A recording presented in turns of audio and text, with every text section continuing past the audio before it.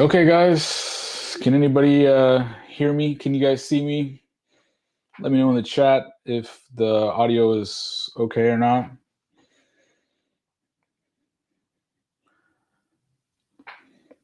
We'll get started in just a second. Let's see. Got a couple of things to discuss tonight, starting with the DJI FPV drone. Going to talk a little bit about the Insta360 Go 2 release. And then we're going to be switching over and talking about how do all these new releases deal with the sub 250 stuff that's going on right now. Okay, getting a couple of reports that the sound is good, so let's go ahead and get started. John here, guys, and welcome to the Johnny 5 Show, the show where John is always right, and if you agree with him, you might be right too. So welcome, everybody. We got Brandon, Groggy, Papa's in the house, Chris, how's it going? Trinder, Gameplay, Ritter, saw you guys earlier. Everybody. So I've been flying the DJI FPV drone. If you didn't catch my review, it came out this morning. It's been getting pretty good traction. And the clickbait title was essentially that Ken Huron is wrong. Ken Huron is a large drone camera type channel. And he started off his review saying that the DJI FPV drone is a piece of shit. But I'm like, it's not a piece of shit. We had to break it down. Hey, Danish, Lone Star, how's it going? Pedro, it's not a piece of shit. I have it right here. I actually took it to the night spot last night, took it on the racetrack. So I'll be posting some footage of that to let you guys have an idea of how the footage from this thing looks at night. Does it actually look anything worth a damn? Is it any better or worse than GoPro? But I did not fly this in manual mode on the track, and I didn't fly with anybody else on the track. So spoiler alert, I just like that track. If you've ever seen the racing videos that I put out, the race vlogs at the night spot, those things are terrifying. When the way that these guys build up those tracks, you're going to break everything. So I flew this with care before we got started. But it did make it. I mean, it's agile and precise enough to make it through a gate, albeit I didn't put it in 90-mile-an-hour mode, but you know, that's to be expected. Danish Stallion, how's it going? Bobby Bags, what's going on? Yeah, so this thing is a game changer. If you have FPV skills, though, like I said in my review, you can run a full-size GoPro Hero 8 or a Hero 9 or an Insta R. And if you're doing that, you're essentially up here. This is down here. This is meant for an audience that wants to pay to unlock that FPV experience. Now, a lot of the FPV community is up in arms because they think that it's going to crash. They think that it's going to smash. Well, let me tell you, not only have I not crashed it as an FPV enthusiast, but I've also allowed two complete novices, one flying a drone for the very first time in my review. You can go watch that. It's on the channel. And neither one of them crashed it. Both were able to complete a full pack. So about 15 to 20 minutes of flying without any crashes, guys. Those are totally beginners. So Greg asks, are you getting DJI Care? I did not get the DJI Care because I don't intend on crashing this thing. I don't intend on flying this in manual mode really much, if not at all. I might just for a test. But if I want to get those maneuvers, the GoPro Hero 9 footage, I did a side-by-side of this footage versus the GoPro Hero 9. And I think the GoPro Hero 9 has this slight edge. You know, so if you already have a freestyle quad, you already know how to fly FPV, why not just fly that? You don't need to fly this too. This is a tool that I can use to get people to fly I was able to give people 30 seconds of instruction, like I said in the review, and then they were able to fly this thing no problem at all without crashing for an entire pack. That's kind of what it's for. But I think if you are going to be a little bit more adventurous with this, if you're planning on letting a lot of people fly it, if you do want to use it for the manual mode, because it really is impressive. If you want to see some manual mode flight on this, go check out Original Dobo's channel. He's flying a ton of freestyle packs with his on full manual mode in some sketchy places. Let me tell you, he's flying them all through the trees the way that I would be flying like an Apex or a Banggood. He's flying this thing, and it really actually looks like it flies quite well. I was very impressed with the amount of power that this thing has. The other cool thing about this is that you can hand somebody this drone. You can let them fly for 5 minutes and get comfortable, and then you can kick it into sport mode for them and let them experience a little bit more of what we experience. Yes, it won't allow them to do full controls, but it will allow them to go over 60 miles an hour, which somebody that's never flown 60 miles an hour at the touch of a stick is just mind-blowing how fast that is going to be to them. This thing gets up and moves. You know, even if you think about it, like we don't really have a speedometer on our quads. So I don't really ever know how fast I'm going. And 60 miles an hour is plenty. If I was actually trying to get a shot, there's almost no scenario where I'd be going that fast, even with a freestyle drone. So pretty good. You know, Greg, if you got the DJI Care, there's nothing wrong with that. That means that you're going to be safe. I'm living on the edge with this thing. Somebody mentioned in the chat that the braces are now a good option. I think that that is a good option. They're very similar to some of the braces that we run on some of our racing quads. So I think if you want a little bit of extra protection and rigidity, I would go ahead and buy it. They're not really that expensive. I'll try to add a link below to that. Danish Stallion says it's R&D, even if you don't like it. Personally, I don't, but I'm happy that it got made. That's kind of the way I feel about this too. This is a game changer. I really had been planning this as just kind of a catch and release. So I was going to catch this thing, make a couple of videos, and get rid of it because unfortunately on my small channel, I can't really afford to just accumulate a ton of stuff. I have to kind of get things, try them out, and then I got to sell them to move on to the next thing. But having been able to fly with a friend of mine that you might have seen in the review, Derek, that I've known since kindergarten, was an amazing experience. Getting to be able to fly with my kid, who we haven't been able to fly together since I had a Phantom when I very, very first started flying drones at all several years ago. That was a really cool experience. So I kind of want to hold on to this thing just for those instances. And I'll also tell you another thing. The range and the signal strength on this thing is unbelievable. I flew this, I didn't mention this in the review, but I flew this, the footage that you see at the end, I flew it really far. There's like some stable looking things in this field that I've flown there before several times. Yvonne, what's going down? We missed you at the night spot racing last night. But I've flown at that spot before. I never knew what was in those stables, but I felt comfortable enough to get very close to them. I realized I never knew there was horses in them. There's not. It's just like empty, deserted, dilapidated. You probably saw some footage of that. I was able to get that far with this. Now, when I was going to get the comparison footage with the Hero 9, I flew my Shocker tank out there, and I actually fail-safed. I fail-safed crossfire flying the same path that I flew this on. Now, I was being lazy, guys. I didn't tilt my crossfire antenna vertically, so I probably got the nulls pointing at each other, and I was even lazier. I was flying from my car. I didn't even bother to set my chair up and get outside.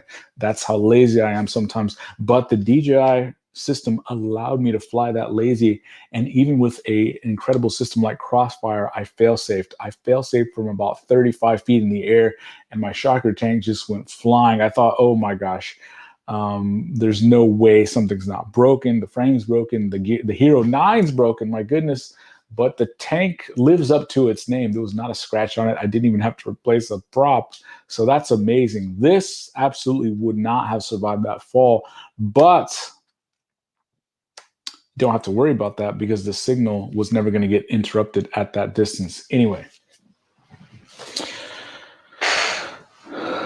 Brandon asks, are you going to be getting the motion controller? You know, I am a little curious about it. I don't think it's going to be something that we're going to want to be able to use on a regular basis, but I think it could be very fun. I'm a little hesitant on whether I could let a beginner fly that. Part of what I really like about handing them the DJI controller is that part of the 30-second instruction. In fact, I think I'm going to make a video giving the public instruction. Yvonne comes in with a super chat that says, "Qui fuck you. Love Johnny 5." Thanks for that. Q, though, was at the night spot last night. That's hilarious. Those are the H-Town crew in the chat. Free Range Chicken RC, what up? T-Rex is here, DB, and so I think that DJI drone really does have a place. Don't think I'm going to be flying it. And I'll tell you what, as a racer, I've been flying that DJI FPV drone several packs a day since I got it last week. And when I went to the night spot racing last night, I fired up my race quad for the first time in a few weeks. And my first pack, I thought, oh my gosh, something's wrong with my quad. My quad's broken. It feels weird. And I realized it was that DJI FPV manual or automatic flight modes messing with me. It had started taking my muscle memory off course, away from acro, getting used to that automatic, nannies on there, and my thumbs weren't used to moving fast enough. So it took me a few packs to acclimate. I crashed at the night spot because of that quite a bit. So if you do get the DJI FPV drone, it should be noted, if you're not going to fly it in manual mode, which I really don't think you should, just be aware of how frequently you fly it in automatic mode, because that's giving you bad muscle memory, guys. So that's the only bad thing. Smalls, can you start over? I'll have to see about that. Free Range Chicken, are you guys racing in the H? How does one get to that club? Yes, we race in the Houston area. There's probably 10 or 12 races a month all around town. I'm trying to make it out to at least 2 or 3 of them, but there's a lot of these guys that race. We have 2 guys in the top 20 global rankings. Yvonne is currently ranked number 10, and Neil NM Grower, I believe, is 19.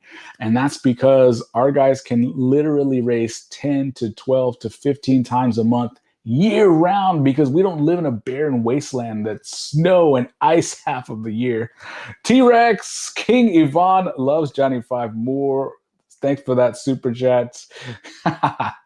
Yes, if you want to talk trash to your favorite nemesis, I suggest you do it in the super chat window. That is a great way to do it.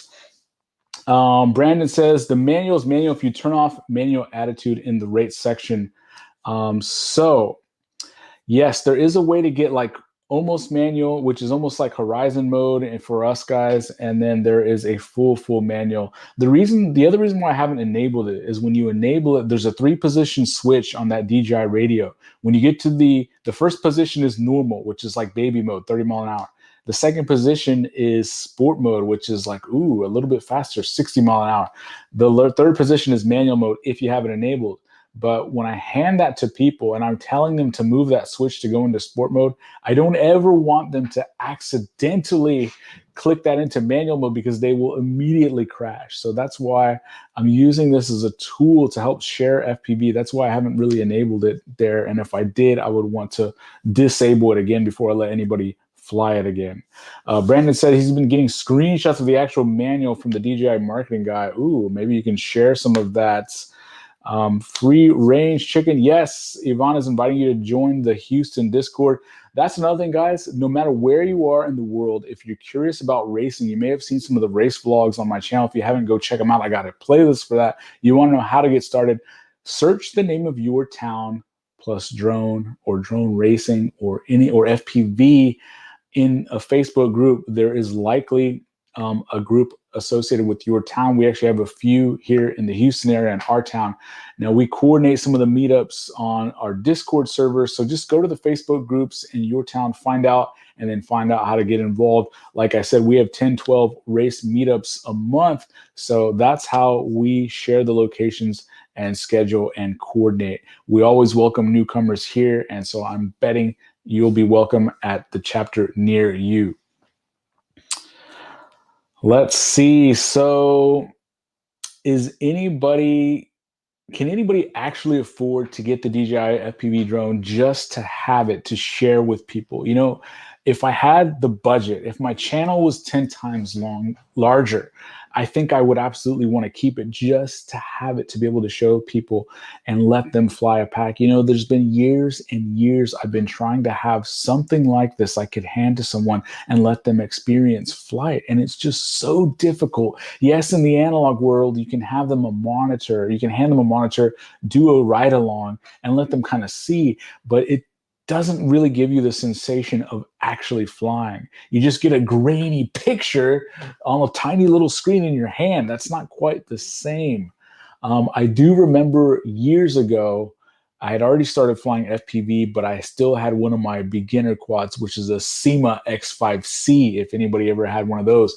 And after a little bit of tequila with my brother-in-law, I suggested, let's go outside. I want you to fly a drone. I want you to see what it's like. And like less than 2 minutes later, it was floating over the neighborhood into the woods where we never found it ever again.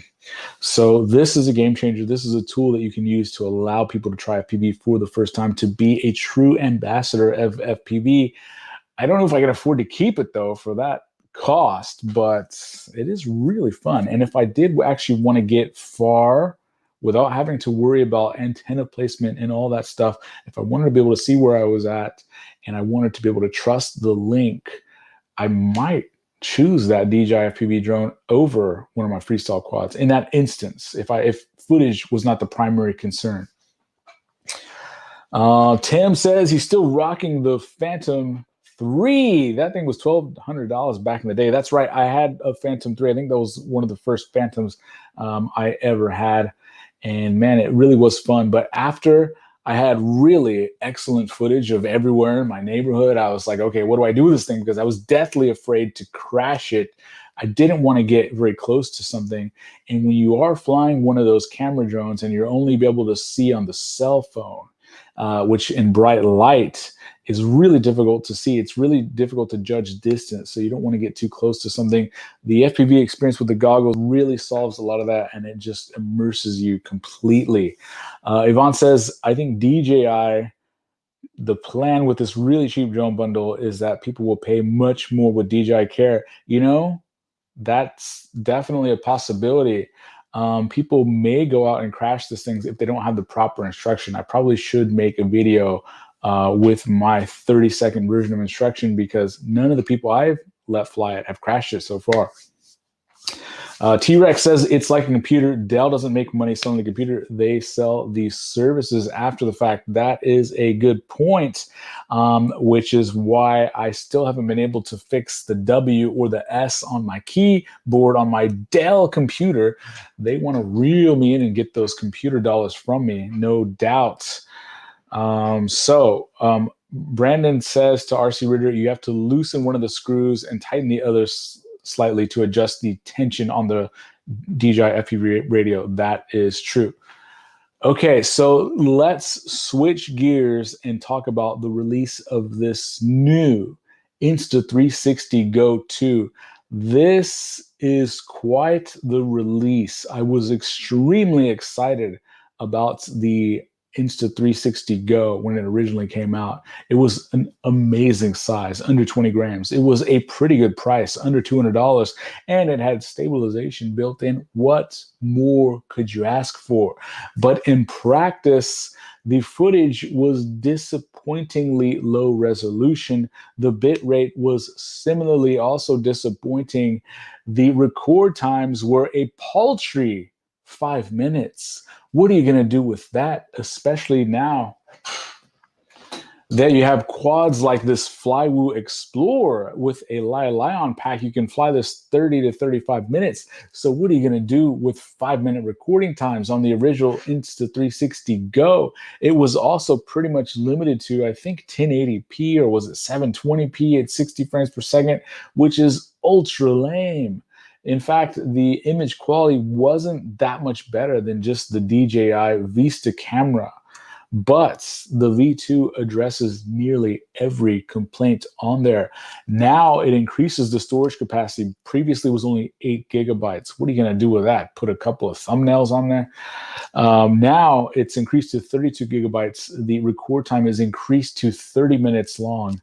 The resolution is bumped way up to 2K. And the battery life, I understand, is also improved. The case that it comes with also charges it, but it has a little screen so you can monitor a few things. And the case itself turns into a tiny little tripod. So a lot of really exciting stuff. That is the perfect camera for one of these ultra light, long range type quads, or really any quad. You know, once I get mine, my goal is if I can be as good or better as a Session 5, I'll be extremely happy with the overall cost, weight, form factor, etc. I don't think there's any way it's going to be as good as my Hero 9. That's a little bit too much to ask. The sensor, the space, everything is so much bigger on those Hero series. But if it can come close enough to that Session 5 or even eclipse it, this is a must buy. I have mine on the way. There's a link to that camera in the stream below. If you want to check one out, they already have some for sale over at Newbie Drone. Click on the link. Dwight T says value added extras. That's right. Small says you were the only one with an honest review of that camera. Yeah, like I wanted to love the Insta360 Go so bad. I thought it was so cool, a little magnet you could wear on your shirt and just record everywhere. And I think for a lot of people, it was still very usable. In fact, it was so usable that I would see Zorro or even Smalls post up some footage and think, man, why did I sell mine? Why did I sell mine? And at the time, I wasn't flying a tremendous amount of micros that really needed an action camera. I was flying camera footage mostly on 5-inch, and I would use a GoPro. But now we have the Flywheel Explorer. Now we have things like this Shocker Light 4-inch that I'm going to have coming up on the channel in the next few days. And these are prime candidates for that 28-gram Insta360 Go 2. If I can get similar footage to this at these small sizes and small weights. And you know what the other thing is really good about these small form factors carrying an action camera is they're so much quieter than a full-size 5-inch with a full-size GoPro strapped onto it. You know how loud that Shocker tank is when I'm shrieking across the sky? You can hear it from half a mile away. These things, even with a decent enough battery to get some decent flight times, are not going to be making that much noise just because of how much lighter they are. Lone Star UAV says that Caddx is coming out with a small form factor camera called the Peanuts. Oh man, well, I can't wait to get my hands on Mr. Peanut. That sounds pretty cool too.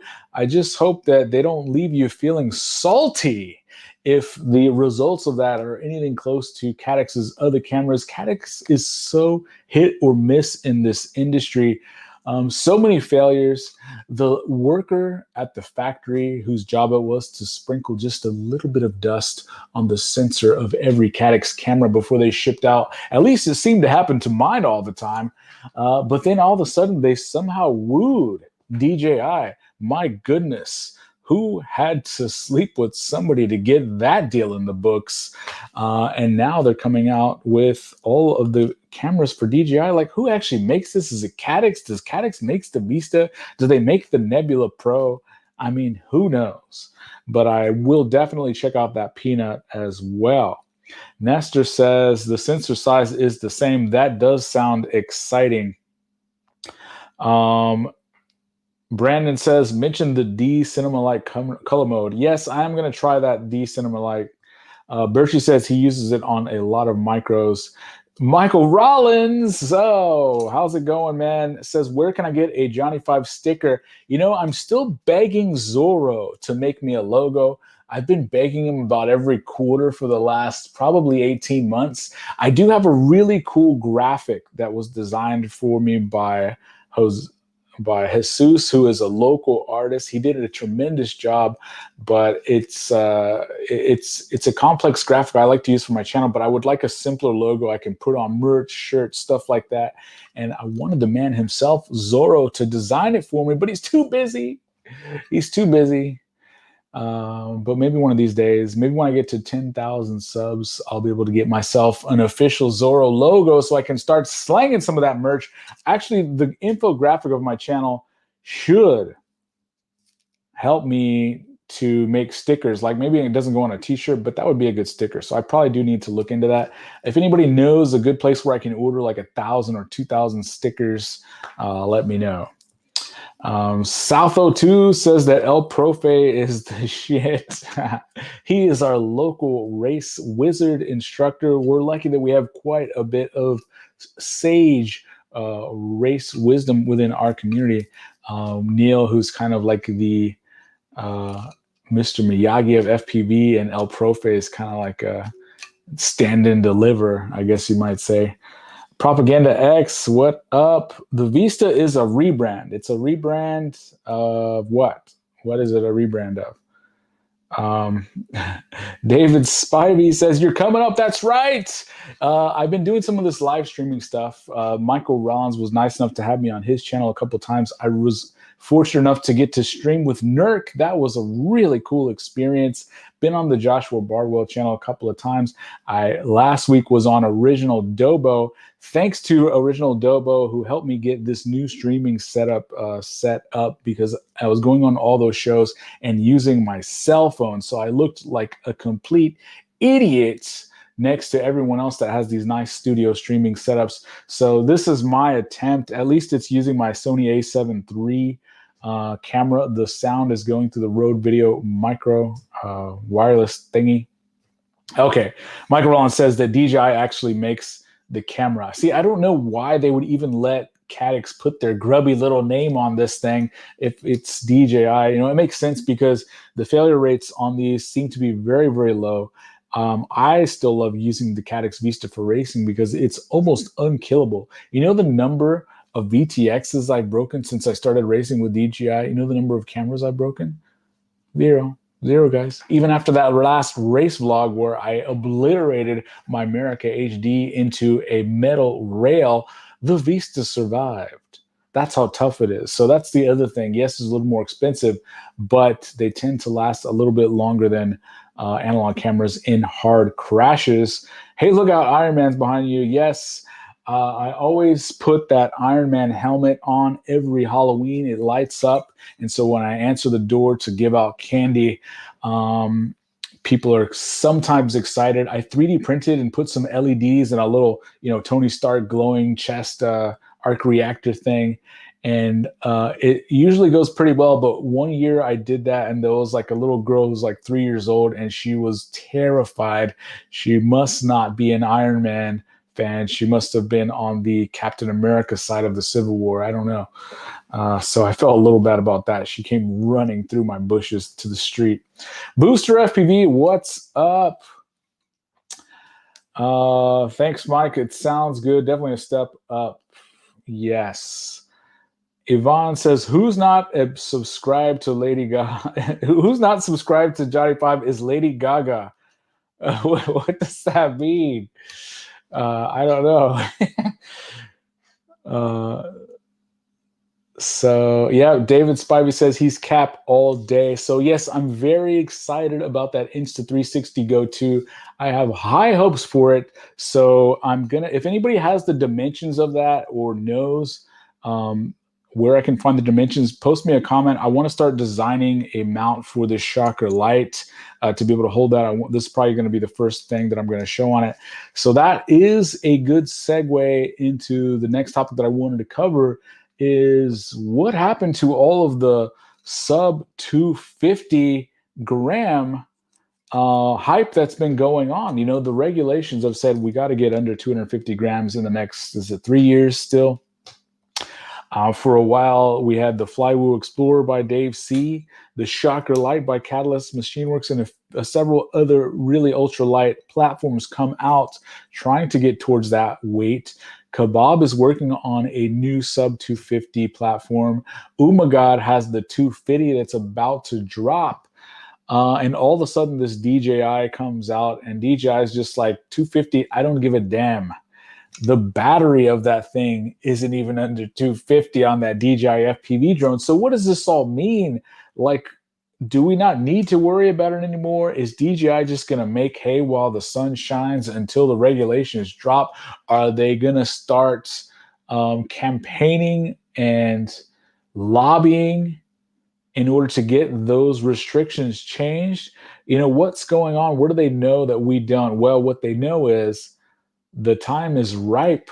The system is ready. So launch it and make the money now. Worry about the regulations in the future. It seems that DJI is a lot less worried about 250 grams than most of the average hobbyist.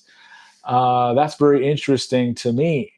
And so the other thing that I want to note is this is about the biggest platform you can get that actually can hit sub 250 comfortably, the Flywoo Explorer. You know, they advertise this as like 138 grams, but once you add the GPS, once you add the beeper and the strap and all this other stuff on here, it's closer to about 165 grams. Once you add a decent battery, you're right at 250. If you were to add a camera on here, you're over it. And I will say that this is a really nice long range thing. It flies pretty well, but for my park flyers, I like a little bit more power. This Shocker Lite that I'll have a video up on the channel has the new soon to be released Toka 2004 motor 2900 kV. This has the juice that you want. I think it's a similar spec to what Tommy's going to put out for his platform. But guess what? This is 195 grams at 4-inch. Now, my 5-inch Shocker Lite was basically the same weight. You don't really save much weight going 4-inch or 5-inch. But that means you can't really hit under 250 grams unless you use like a tiny battery that's only going to fly for 45 seconds. No, that's not going to work. So my preferred battery for all of these is a Tattoo 1050 4S pack. I understand GNB also makes a really nice 1100 pack 4S that's very similar size. That means we really can't have anything that flies decently well under 300 grams today. Now that means that we're heading in the right direction though, guys. If this Insta360 Go is good, that means that you can have a really good flying quad with action camera and a decent life battery for about 320, 330 grams. So we're 70 grams away, and we got 3 years to make that reduction in weight. If we can get a smaller Vista unit, if we can get lighter, smaller, more powerful motors, if we can do a lot of different things to get the weight down even further, then we may have a hope of reaching that 250 gram limit in the next 3 years, but there's a lot of time to go. So we're already much closer than we were even 12 to 18 months ago. Let's see, let's catch up with the chats real quick. Yvonne is hyping up the Open Racer. I have mine somewhere. I don't know. It's probably actually in the garage still from racing last night. I got to fix it. I crashed it about 1 million times trying to beat Sam on the track. I couldn't beat him in the end. Sam beat me last night, all right? At least Joe Mama wasn't there. So is DJI going to make a sub 250 drone for 2023? You know, I think it would be really interesting if they came out with a smaller, lighter, less expensive version of this technology. Maybe had a few less of the sensors on there. Maybe had a slightly lower resolution camera, but it cost half the price and it weighed half the weight. Now, the thing is, if you subtract the weight and divide it by 2, you're still at 400 grams, right? So it's, I mean, they'd have a long way to go to get sub 250. Yes, I was at the night spot last night. Yvonne was not there.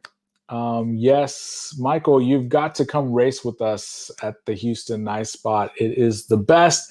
I understand that Chief might be making an appearance in the next couple of months, so we'll see if we can get Chief down there. If he comes down, I'm going to have to make it a priority to get myself down there. I'll bring my camera equipment and see if we can make a really cool multi-chapter race vlog out of that experience. Let's check up in the chat.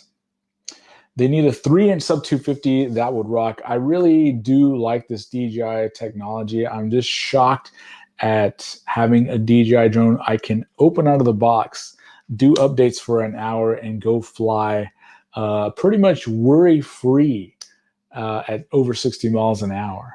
And I thought, okay, is it worry-free only for me because I already know how to fly a drone? And that proved false because, like I said, two total inexperienced novices were able to fly a full pack without even coming close to crashing. So you just have to pay it some respect, and it will respect you back. Let's see what else is going around. The Epic spot is getting famous. Vanny is going to come join us there. Okay, so Chief and possibly a Vanover appearance. That would be cool. I might have to put some Vanover motors on one of my quads when that happens. I do have a set somewhere around here. Actually, I think it's on that Vanny style build that I did a little while ago. Those are great. So, Test Pilot ERB, he just put some Flow 2000 motors on his Apex 3-inch. That is a crazy big motor for a 3-inch. I'm actually working on an Apex 4-inch right now. I'm trying to decide what motor I want to go with. I have some iFlights 2005 that they sent me, but they sent me the lower KB 1900. Is that 6S KB on a 4-inch? You know, I don't know. So yes, Yvonne is hyping up the Open Racer. It is a really cool open source racing design. He also designed the new pod for the America V2. So Yvonne is he the next Dave C? Is he the Dave C of racing?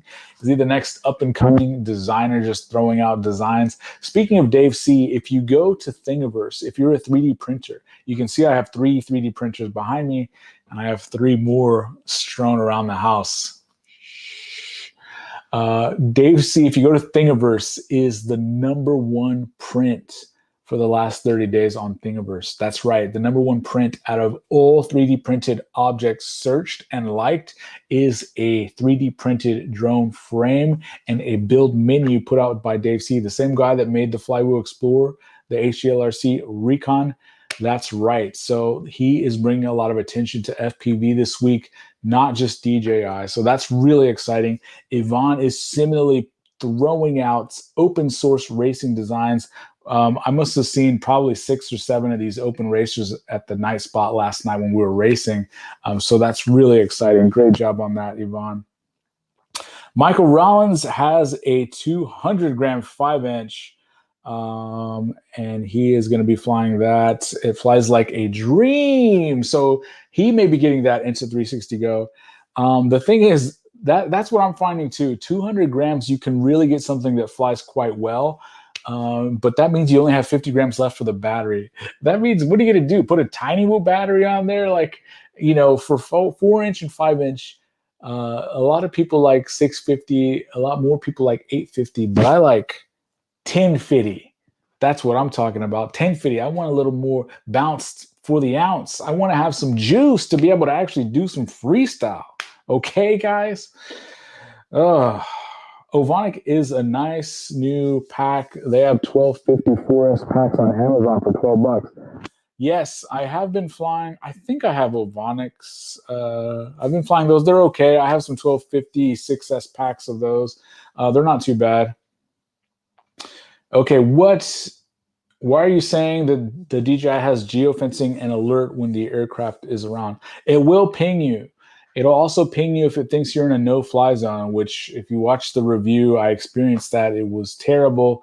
I dragged my wife out of the house to go watch me fly a drone, which is probably her least favorite thing to do. And then I couldn't even get it off the ground. How embarrassing is that? My goodness.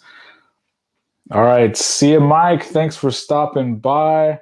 Hi, Drone 69. What's going on? Okay, Dobo's here. Thanks, man. Thanks for helping me get this set up. If you haven't seen a lot of DJI drone freestyle in full manual mode, go check out original Dobo's channel. He is doing things that I will not dare do with mine. He is pushing it to the limits. You know, if he just posted that freestyle video without saying what it was, I would have thought it was an Apex or a glide or a marmot, and he's doing those type of maneuvers through the trees, doing split S's, hugging the leaves. The only way you can do a split S that tight to the top of a tree is because you can see such fidelity and detail with this DJI FPV system. You remember when DJI first came out and it was 25 megabits per second, and it was already like way better than analog, and it was like, whoa. And then all of a sudden, out of nowhere, they dropped, boom, 50 megabytes per second. It was like 50 Cent all up in the club with a bottle full of bub. It was delicious. It was so game changing. It was like every time you took your goggles off, it was like tears just coming down your cheeks. Well, that same leap from 25 to 50 is like the leap going from DJI 50 megabytes per second to the new DJI FPV drone. You know, I didn't think it was going to be that significant going from 720p to 810p, but it's not just the increase in resolution, it's the increase in the quality of the sensor. My goodness, it is so crispy. It looks like you're flying in an IMAX. It's beautiful. So if you want to see that footage, go check out Dobo's channel. Peace out, T-Rex. Catch you later. Let's catch up on some of the chats real quick before we get out of here. Diving Falcon says, I like that I can acro. I usually like one DJI for landscape. Nice that I can go faster. I kind of agree. It's kind of like a Mavic that a lot of people are saying this is the same image quality on the original Mavic Pro, but not quite on the level of the Mavic 2. So you're basically having top of the line footage of the previous generation, which is really good. A lot of people were using that Mavic Pro for commercial work. So it's on that level, and it has the ability to go fast if you want to, or throw it in full manual mode if you are either brave, stupid, or crazy enough. Test Pilot says, how are the AMAX motors you put on the lightweight build? Are they powerful and durable? I've been loving those AMAX Superlega 2305.5 1900 kV. They're on the Prototype 5 full review. If you want to go check out that video, you can see with those motors and with a Hi-Fi on RC 45 amp all-in-one toothpick board, I was able to get Kebab's Prototype 5-inch build at 309 grams. 309 grams with the props, with the strap. It's so like I was worried that those motors being slightly smaller were going to be a problem, but it ends up feeling like more power because of the massive reduction in weight. Most of my freestyle builds are over 400 grams. So by dropping almost 100 grams and just increasing or decreasing the size of the motor slightly, you actually end up with more usable power. That thing is such a joy to fly, and those motors are actually quite cheap. Test Pilot says he put the 2004 3000 on the T motor. Yes, I have wanted to try the T motor. I really wanted to try that T motor 2305 or no 2203.5. That really looks really good. Let's see. Tim says that's what she said. So are you joining Team Bardwell or Team Ciotti on the Sunday Combat? I don't know what that is. What's the Sunday Combat? I don't know. When is the next episode of... Oh, sounds like my audio messes up sometimes. I don't know. It might be, yeah, it might be me hitting the mic. I have this wireless mic clipped right here. I may have to move that because I'm moving around a little bit more than I do in my reviews. Usually my reviews, I'm just looking straight ahead. So thanks for letting me know. I'll be more conscious of that. Bogdan, Tuner Taxi. What's going on? Okay, move the mic. I'm going to try moving this mic. So I'm going to clip it to the edge of my screen. Can you guys still hear me right there? I was going to put it up there originally, but didn't know if it was going to be too far. Does it still sound okay there? If that sounds okay, I may just place it there next time. So let's see, we're going for about 45 minutes already. Man, there's 55 people in the stream. I didn't really look at the stream at all prior to this. So does anybody know how many people we got up to? I mean, 55 people, it's crazy. It's the first time I've ever done a stream. Okay, there's a little echo. It might be because it's too far, so I'm going to have to move it back.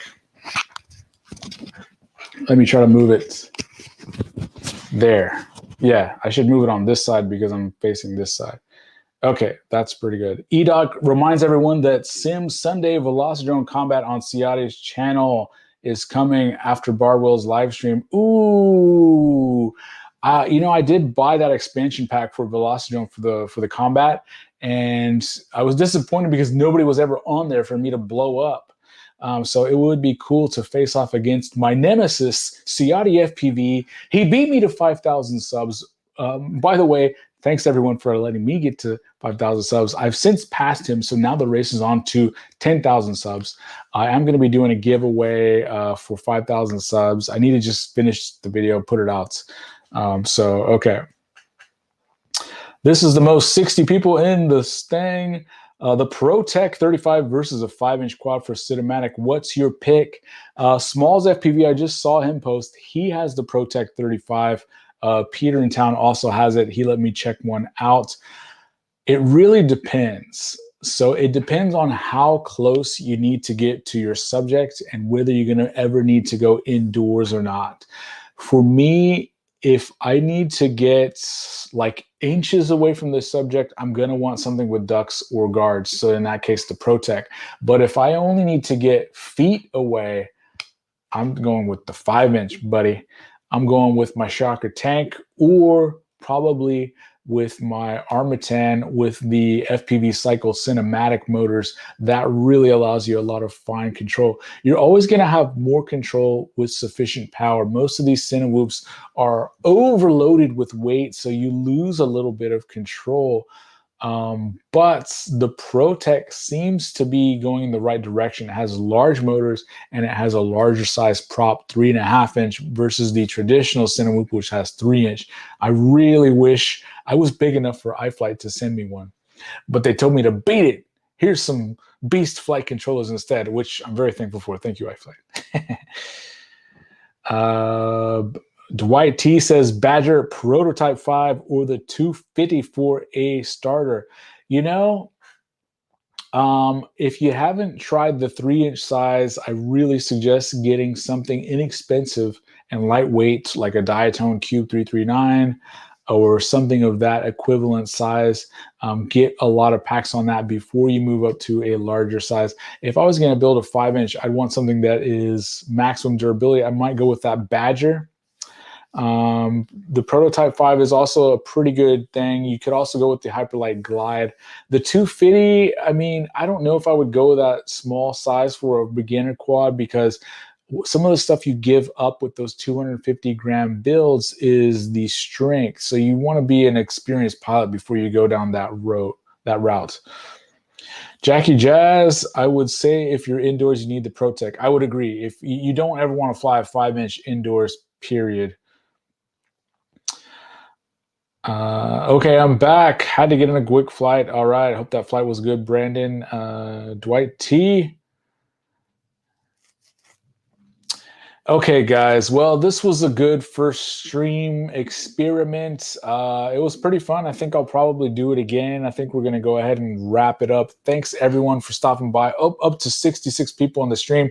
I'll probably try to do these weekly. Tuesday night might be just the night. I don't want to overlap on some of the other big streams going on. So I don't think anybody was going Tuesday at this time period. Yeah, scissor hands, I agree. The Cube is a great one. So thanks everybody for coming to the Johnny 5 show, the show where John's always right. And if you agree with him, you can be right too. Thanks, guys.